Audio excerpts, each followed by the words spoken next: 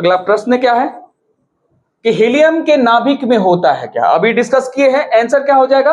सी, 2 proton और 2 neutron के बारे में। ठीक है, हाँ समझ में आया। अगला प्रश्न हम लोग देखते हैं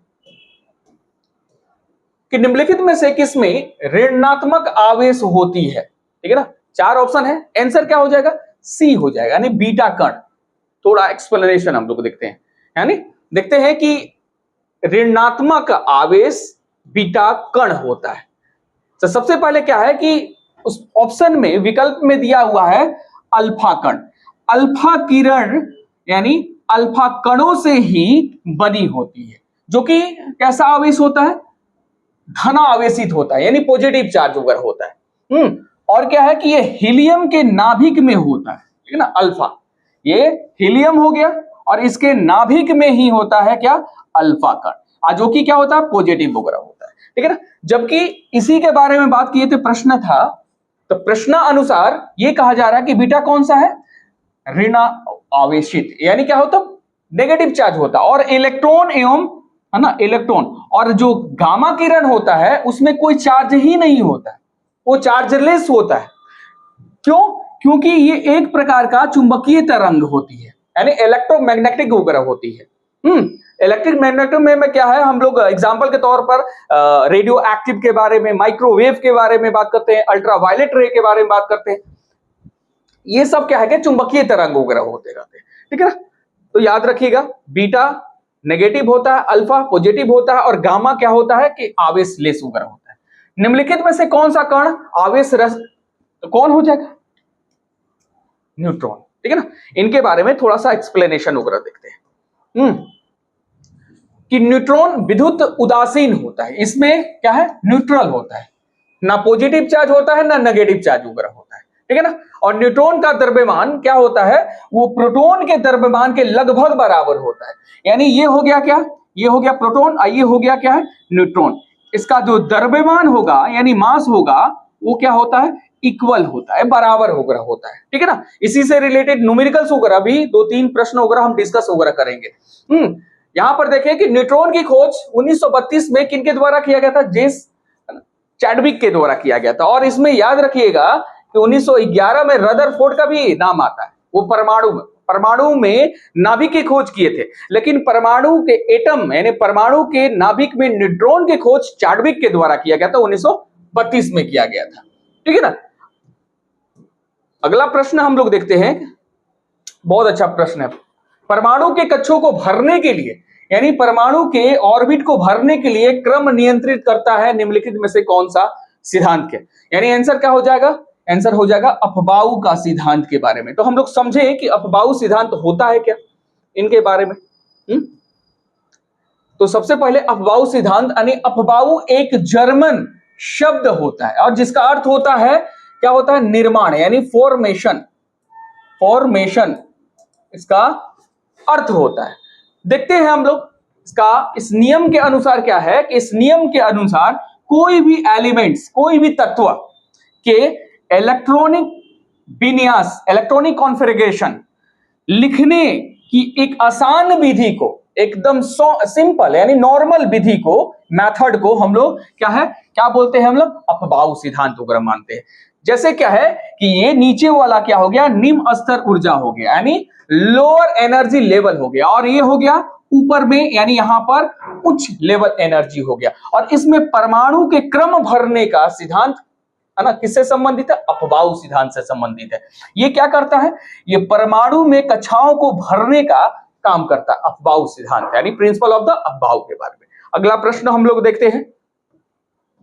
हाँ, अब न्यूमेरिकल्स आ गया, 2-3 न्यूमेरिकल्स वगैरह है, बहुत इंपॉर्टेंट है। उसमें 2 चीज इंपॉर्टेंट है, परमाणु संख्या और परमाणु भार, एटॉमिक नंबर और एटॉमिक वेट के बारे में। तो प्रश्न क्या है कि जिस तत्व के परमाणु के दो प्रोटॉन और 2 इलेक्ट्रॉन और 2 प्रोटॉन 2 न्यूट्रॉन और 2 इलेक्ट्रॉन हो, उस तत्व का द्रव्यमान संख्या कितनी होगी? ठीक है ना। आंसर क्या होगा? आंसर बता दे रहे हैं, फिर एक्सप्लेनेशन वगैरह कर दे रहे हैं। कह रहा है कि 2 प्रोटॉन 2 न्यूट्रॉन 2 इलेक्ट्रॉन होगा, तो यहां पर क्या बात कर रहा है? द्रव्यमान संख्या का। आंसर तो बता दे रहे हैं कि ये 4 होगा। क्यों होगा? कैसे होगा अब हम डिस्कस वगैरह करेंगे, बताएंगे। यहां पर देखें, सबसे पहले हम लोग जाने क्या है कि द्रव्यमान संख्या के बारे में हम लोग जाने। किसी भी तत्व, कोई भी एलिमेंट्स की द्रव्यमान संख्या उसके नाभिक, है ना, जैसे हम लोग क्या है कि कोई भी नाभिक यानी परमाणु है, परमाणु के यानी बीच में क्या होते हैं, नाभिक होते हैं, जो कि क्या होते हैं, धनावेश होते हैं, जो कि धनावेश होते हैं, हम ही लोग जाने। और नाभिक के अंदर में क्या होता है, प्रोटॉन और न्यूट्रॉन होते हैं, ये पॉजिटिव होते हैं, ये न्यूट्रल होते हैं, है ना, ये उदासीन वगैरह होते हैं। तो उसी में उपस्थित यानी क्या, प्रोटॉन और न्यूट्रॉन की संख्या, है ना, कि योग के बराबर होता है। तो यहां पर क्या है, ये जो प्रोटॉन है और ये क्या है, न्यूट्रॉन है, प्लस ये योग के बराबर होता है, ये दोनों योग के बराबर। अगर प्रोटॉन 12 है, 12 है और ये क्या है कि ये 14 है, तो दोनों को जोड़ देंगे तो हम लोग पता चल जाएगा क्या, द्रव्यमान संख्या। समझ में आया? यानी कह सकते हैं कि द्रव्यमान संख्या बराबर क्या होता है, यानी प्रोटॉन प्लस न्यूट्रॉन होता है। यानी समझ में आ गया। एक बात और याद रख लीजिएगा कि यहां पर परमाणु संख्या के बारे में हम लोग जानते हैं कि परमाणु संख्या क्या होता है। परमाणु संख्या, तो परमाणु संख्या में हम बोलेंगे कि इलेक्ट्रॉन की संख्या बराबर प्रोटॉन की संख्या। इलेक्ट्रॉन की संख्या बराबर क्या है, प्रोटॉन की संख्या। मतलब इसका मतलब ये हो गया, अगर, हाँ, तो इससे पहले हम लोग देखेंगे क्या है कि परमाणु संख्या के बारे में। परमाणु संख्या के बारे में हम लोग थोड़ा सा जान जाए। परमाणु संख्या, तभी हम लोग को पता चलेगा कि परमाणु संख्या के बारे में। तो परमाणु संख्या क्या होता है, तो ये होता है इलेक्ट्रॉन की संख्या बराबर प्रोटॉन की संख्या। यानी इसका मतलब ये हो गया कि अगर इलेक्ट्रॉन की संख्या अगर 20 है तो प्रोटॉन की संख्या भी 20 होगा। तो वहां पर प्रश्न दिया था कि 2 प्रोटॉन, 2 इलेक्ट्रॉन और 2 न्यूट्रॉन के बारे में। तो हम लोग जानते हैं कि परमाणु संख्या बराबर क्या होता है, इलेक्ट्रॉनों की संख्या बराबर प्रोटॉनों की संख्या। तो यहां पर देख ले कि द्रव्यमान संख्या बराबर प्रोटॉन कितना है, 2 है, और यहां पर क्या है, यहां पर ऑलरेडी 2 है, तो यानी क्या हो जाएगा, आंसर हो जाएगा 4। अगला प्रश्न है, नहीं न्यूमेरिकल से ही देखते हैं। कह रहा है कि तत्व, यानी एक तत्व एलिमेंट्स है, इलेक्ट्रॉन और न्यूट्रॉन की संख्या दे दिया है। यानी यहां पर दे दिया है इलेक्ट्रॉन की संख्या यानी 18 दे दिया है, और यहां पर दे दिया है क्या, न्यूट्रॉन की संख्या दे दिया है, न्यूट्रॉनों की संख्या दे दिया है 20। तो आंसर क्या होगा, आंसर क्या हो जाएगा, आंसर हो जाएगा 38। ठीक है, चलिए हम थोड़ा सा एक्सप्लेनेशन वगैरह देखते हैं। एक्सप्लेनेशन, सबसे पहले क्या है कि जाने की द्रव्यमान संख्या होता है क्या। द्रव्यमान संख्या किसी तत्व के परमाणु के नाभिक में, यानी ये हो गया तत्व, यानी परमाणु के नाभिक में क्या होता है, क्या होता है, प्रोटॉन और न्यूट्रॉन होता है। इसके नाभिक में प्रोटॉन और न्यूट्रॉन होता है। नाभिक मतलब धनावेश वगैरह होता है, प्रोटॉन और न्यूट्रॉन होता है। इसकी संख्या का योग, यानी इसकी संख्या का योग, यानी क्या हो गया, ये प्रोटॉन हो गया और प्लस ये हो गया न्यूट्रॉन हो गया, इसकी संख्या के योग उस परमाणु के द्रव्यमान संख्या कहलाती है। क्लियर है। और द्रव्यमान संख्या, है ना, हम जानते हैं कि इलेक्ट्रॉन बराबर प्रोटॉन, यानी जितना इलेक्ट्रॉन की संख्या होगी उतना ही प्रोटॉन की संख्या होगी। ये होता है परमाणु संख्या, यानी एटॉमिक नंबर। एक हो गया एटॉमिक मास या वेट के बारे में बात करते हैं। ठीक है, अब उसी से हम लोग क्या है कि उसी से न्यूमेरिकल आराम से बना देंगे। यानी मुझे क्या पूछा है, तो यहां से पूछा गया है, क्या पूछा गया कि द्रव्यमान निकालने के लिए, यानी एटॉमिक वेट निकालने के लिए प्रोटॉन क्या है, प्रोटॉन की संख्या जितना इलेक्ट्रॉन की संख्या था, क्या बोले थे, इलेक्ट्रॉन की संख्या बराबर प्रोटॉन की संख्या।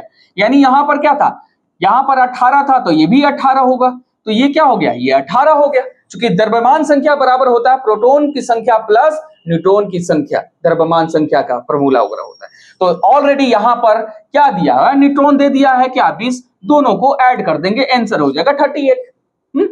चलिए अगला प्रश्न है, यानी कुछ न्यूमेरिकल से है, थोड़ा देखते हैं हम लोग। हाँ, यहां पर दिया है कि प्लूटोनियम कोलाइड्स, यानी प्लूटोनियम है यहां पर।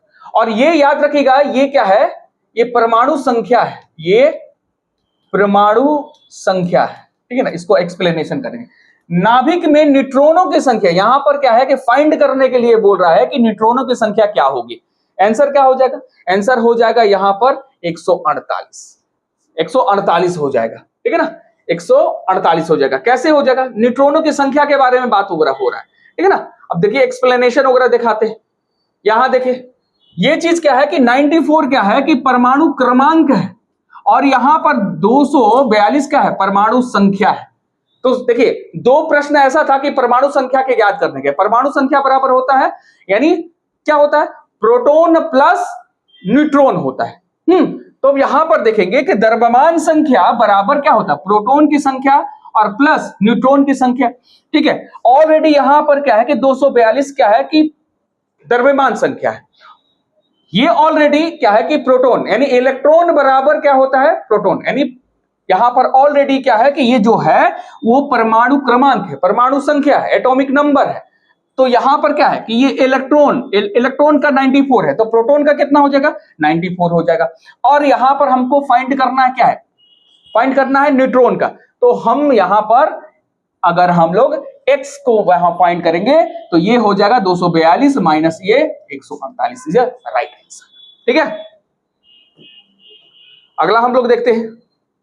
हाँ, ये भी बहुत एग्जाम में बहुत बार आ चुका है, परमाणु जिसमें प्रोटॉन की संख्या बराबर होती है, हाँ, और परंतु न्यूट्रॉन की संख्या भिन्न होती है, क्या कहलाती है, ये कहलाती है, क्या कहलाती है, ये डी आंसर सही है, समस्थानिक यानी आइसोटोप कहलाती है, ठीक है ना। थोड़ा एक्सप्लेनेशन हम लोग देख लें इसको, एक्सप्लेनेशन यानी आइसोटोप यानी समस्थानिक किसे कहते हैं हम लोग, यानी एक ही तत्व एलिमेंट के वे परमाणु जिनकी परमाणु संख्या यानी एटॉमिक नंबर क्या होता है, समान होता है, परंतु द्रव्यमान यानी एटॉमिक मास यानी एटॉमिक भार कह सकते हैं, वेट क्या होता है, भिन्न होता है, उसे कहते हैं हम लोग समस्थानिक कहते हैं, ठीक है ना। और आइसोबार में क्या है, जस्ट उसके विपरीत में क्या हो गया, एटॉमिक नंबर क्या होता है, डिफरेंट होता है, लेकिन एटॉमिक वेट क्या होता है, समान होता है, कहलाता है आइसोबार, ठीक है।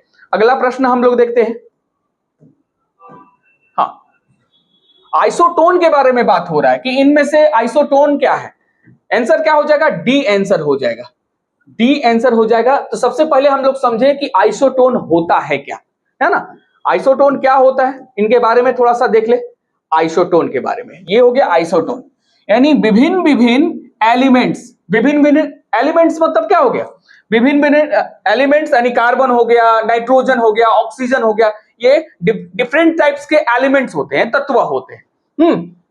तो इसमें विभिन्न एलिमेंट्स के परमाणु जिसमें यहां पर देखिए न्यूट्रॉनों की संख्या क्या होता है, समान होता है, यानी विभिन्न जैसे नाइट्रोजन हो गया, कार्बन हो गया, ऑक्सीजन हो गया। अब इसमें जो है ऑक्सीजन, इसमें अगर न्यूट्रॉनों की संख्या 8 इसमें है, 8 इसमें है, यानी तीनों में 8 होता है, उसको बोलते हैं आइसोटोन बोलते हैं, हम लोग आइसोटोन बोलते हैं उसी को आइसोटोन। न्यूट्रॉनों की संख्या समान होती है, जैसे क्या है, डिफरेंट टाइप के नाइट्रोजन है, कार्बन, ऑक्सीजन, और न्यूट्रॉनों की संख्या 8 8 8 है ना, आ जाए, उसको बोलते हैं आइसोटोन बोलते हैं। जैसे एग्जांपल के तौर पर क्या है कि ये कार्बन है, कार्बन, इसमें न्यूट्रॉन यानी यहां पर निकालेंगे यानी 14 माइनस 6 यानी 8 आया, यानी तीनों में देखेंगे यहां पर ये हो गया, ये नाइट्रोजन हो गया, और नाइट्रोजन में न्यूट्रॉनों की संख्या 8 हो गया। यहां पर ऑक्सीजन हो गया, ऑक्सीजन में न्यूट्रॉनों की संख्या क्या है, 8 हो गया। इसी को तीनों के न्यूट्रॉनों की संख्या क्या होती है, समान होती है, उसको बोलते हैं आइसोटोन बोलते हैं हम लोग, ठीक है, इसलिए आइसोटोन वगैरह बोला जाता है। अगला प्रश्न हम लोग देखते हैं, यहां पर देखते हैं, रेडियो एक्टिविटी मापी जाती है किसके द्वारा, याद रखिए बी, गाइगर काउंटर के द्वारा। समझते हैं कि गाइगर काउंटर होता है क्या, गाइगर काउंटर को गाइगर मूलर काउंटर के नाम से भी जाना जाता है ना। और इसका प्रयोग आयनित विकिरण यानी रेडिएशन के बारे में बात कर रहा है, ये रेडिएशन के बारे में बात कर रहा है, रेडिएशन के मापने में ये किया जाता है। और इस उपकरण के द्वारा नाभिकीय विकिरण न्यूक्लियस रेडिएशन उत्सर्जन होता है। यानी कौन सा, नाभिकीय न्यूक्लियस रेडिएशन क्या होता है, उत्सर्जन होता है, रिलीज होता है, उसको पता लगाने में ये किया जाता है। अगला प्रश्न अगर हम लोग देखते हैं, रेडियो एक्टिविटी के आविष्कार यानी इन्वेंशन किसके द्वारा किया गया था, आंसर हो जाएगा क्या, वैक्यूलर के द्वारा किया गया था, वैक्यूलर के द्वारा ये किया गया था। इसका थोड़ा सा एक्सप्लेनेशन वगैरह देख ले। एंटोनिक हेनरिक वैक्यूलर, हेनरिक वैक्यूलर कहा जाता है। एक कौन थे, ये फ्रांसीसी भौतिक शास्त्री थे। सर्वप्रथम 1896 में उन्होंने रेडियो एक्टिविटी है ना की खोज किए थे। कब, 1896 वगैरह में। यानी यह खोज उन्होंने अद्भुत द्वितीय पदार्थों के अध्ययन के दौरान ये किए थे। कौन, वैक्यूलर के द्वारा किया गया था।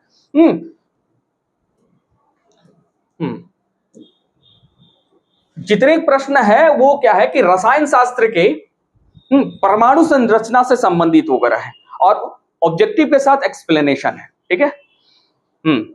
आज का जो सेशन था परमाणु संरचना से, अगला सेशन जो भी टॉपिक होगा हम डिस्कस करेंगे। जय हिंद।